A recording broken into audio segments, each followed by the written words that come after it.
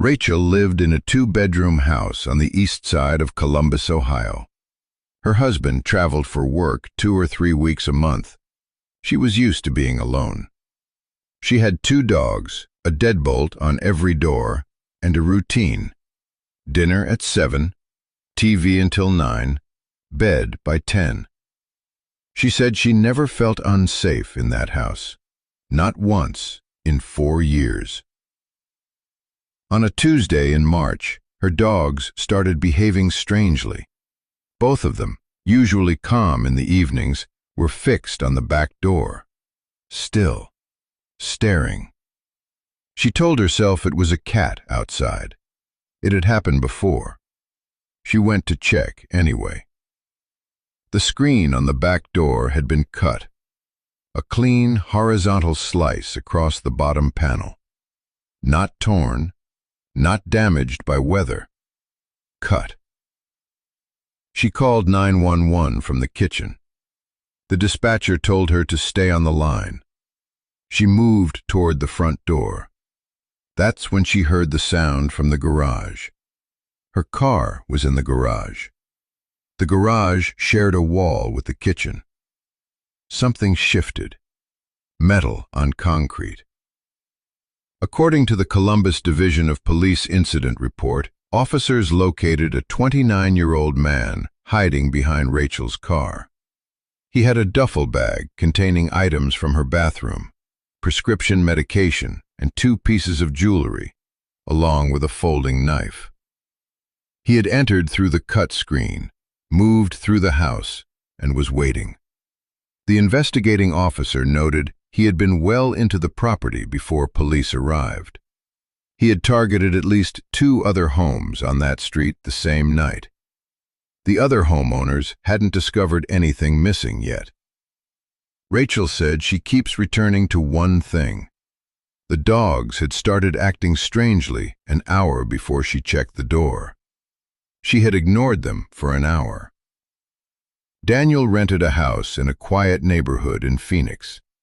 Shared it with one roommate, a guy he'd known for years. Simple setup: 2 bedrooms, a shared living space, a back door that stuck in the heat. Daniel worked late most nights.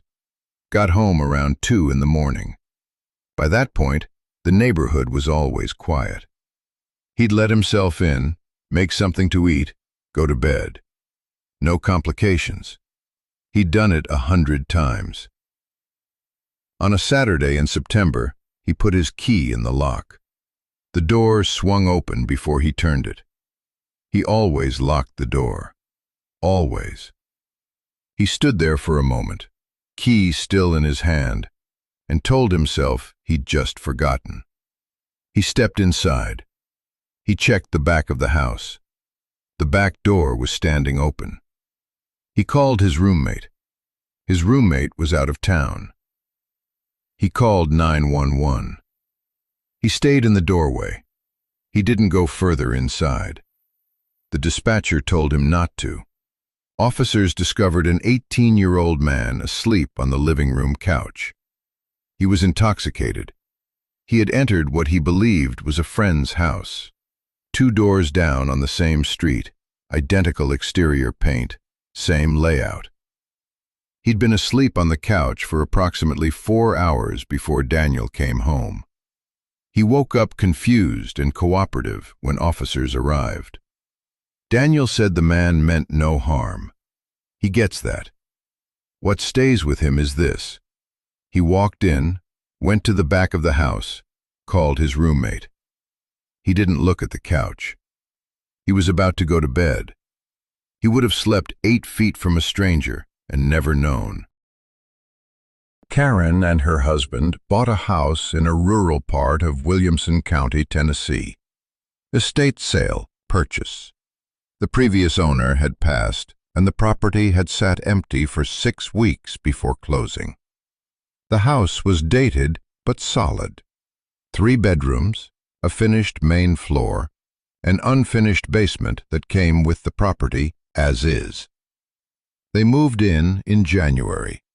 They were focused on the main floors. The basement could wait.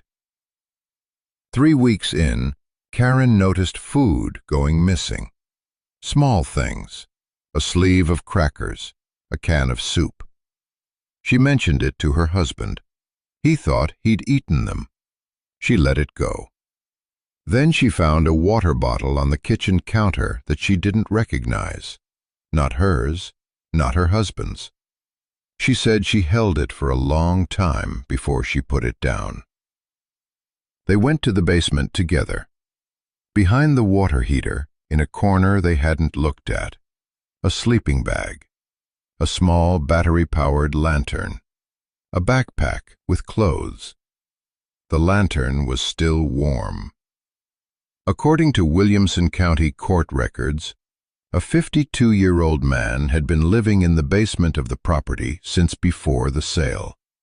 He had discovered the unoccupied house during the 6 weeks it sat empty and stayed when the new owners moved in, coming upstairs only at night to use the kitchen and bathroom. He had been in the house for approximately 6 weeks total, 3 weeks before Karen and her husband arrived and 3 weeks after. He was located the following morning at a nearby service station. Karen told WSMV Nashville, "The worst part isn't the practical stuff, the locks, the alarm system. The worst part is lying in bed at night and thinking, he could hear us. For 3 weeks, he could hear everything." 3 homes, 3 ordinary nights, 3 people who thought they were alone. The door you checked. The window you left cracked. The part of the house you haven't fully gone through. These aren't dramatic situations. They're the ones people live with every day. If this reached you, subscribe. New true accounts every week. And if you want the full investigations, the cases that go far deeper than a single night, those are on this channel in the True Crime series. Link is below. Check your doors tonight.